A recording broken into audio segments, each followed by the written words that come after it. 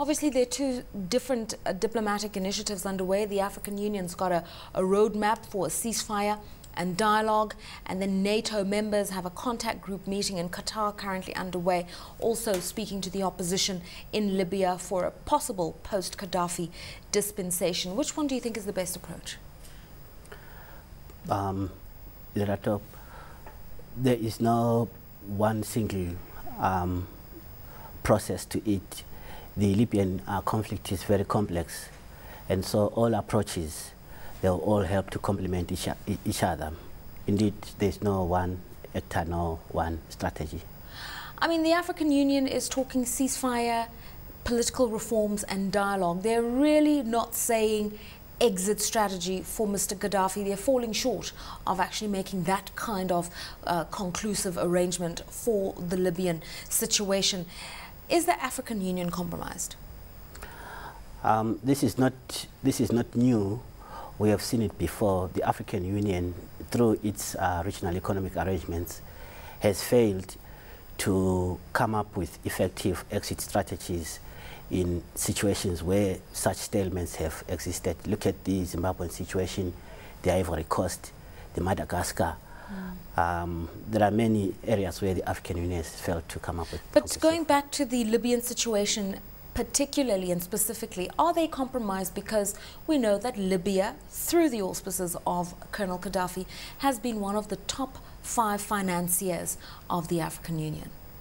Well, yes, in one way they are compromised because Libya has been funding the African Union, but at the same time, this mirrors a weakness on the part of the African Union, because if they are not able to package exit strategies for such circumstances because of funding purposes, then we miss the point of policing the continent. Beyond policy, let's talk about the practicalities. The formation of the African Union after the Organization of African Union was largely a decision that was given momentum by Colonel Qaddafi at an AU summit or an OAU summit in Sirte, Libya. The building blocks and the financing thereof came from Libya. Other Pan-African organizations, such as the African Development Bank, have within the 77 shareholder base of that institution, Libya making up one of the top 8 financial contributors. This economic muscle that Libya has within the Pan-African solidarity infrastructure, does it create an interesting and a complex dynamic for the diplomatic initiative? Well, looked at an individual level, yes, we might make such an analysis, but Libya is not Gaddafi, and therefore the African Union should not protect Gaddafi because the funding that has been happening is not a personal funding, but it's a Libyan funding process, which we believe a new government, if it has genuine interest for the African cause, will continue the funding process. Let's talk about a new government, if indeed that is what the Libyan people decide. One of the hallmarks of Colonel Qaddafi's foreign affairs and international relations has been trying to bridge the gap between Arab North Africa and African or black sub-Saharan Africa.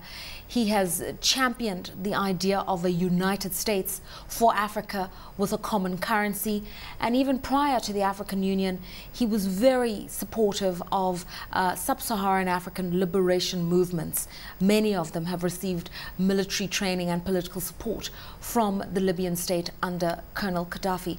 That role he's played in trying to bridge the gap between the Maghreb and Africa, is it something that can be followed through if he's not there?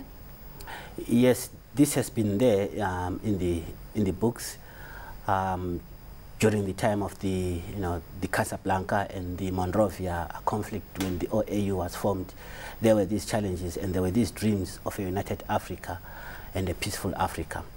And one issue that is important in all this process is from a conflict resolution perspective, it's important that we should be able to distinguish between genuine grievances, genuine causes, and predatory predatory actions, particularly if Muammar Gaddafi has been doing this for a germane cause for African development, then we should not see him positioning himself for a greater muscle to control the continent. So we have, predatory intentions, and we have genuine intentions for building Africa. So basically you're saying Muammar Gaddafi's attempts at African Union had less to do with African Union and solidarity. It had more to do with his ambitions to be a president of a Pan-African institution. Yes, we cannot rule that out. Looking at the flashes that emerged that he has been in consultation with the traditional leadership of the various countries of the continent, to expand his muscle and power over the whole continent. Let's talk about the AU going forward. The major financiers are South Africa, Libya, Nigeria and Egypt. Obviously, demographically and by value of the economy, it makes sense. But what are the alternative sources of funding for this Pan-African body? Well, the African continent does not exist in isolation. And presently, as we speak, these are not the only actors who have been funding the African Union. For instance, there is a program that is ongoing right now, of which I've been a part of, that military and security program. Yeah.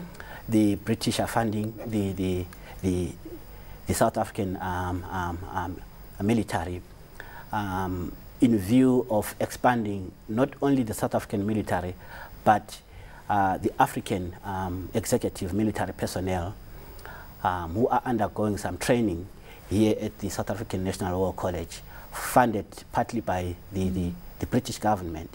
So this indicates that these are not the only sources of funding for the African Union. But I mean, obviously, for the African Union to have greater clout, we need to have all hands on deck, I suppose. Everybody contributing, no countries not paying their fees, countries in arrears, that sort of thing, and then everybody cooperating on peace and security issues. We know that contributions to the Peace Fund now have to be increased from 6% to 12%, but again, the usual suspects are the ones making the contributions financially and even by way of personnel. When are we going to get everybody coming on board? Lerato, we live in a continent, of a paradox of success and failures.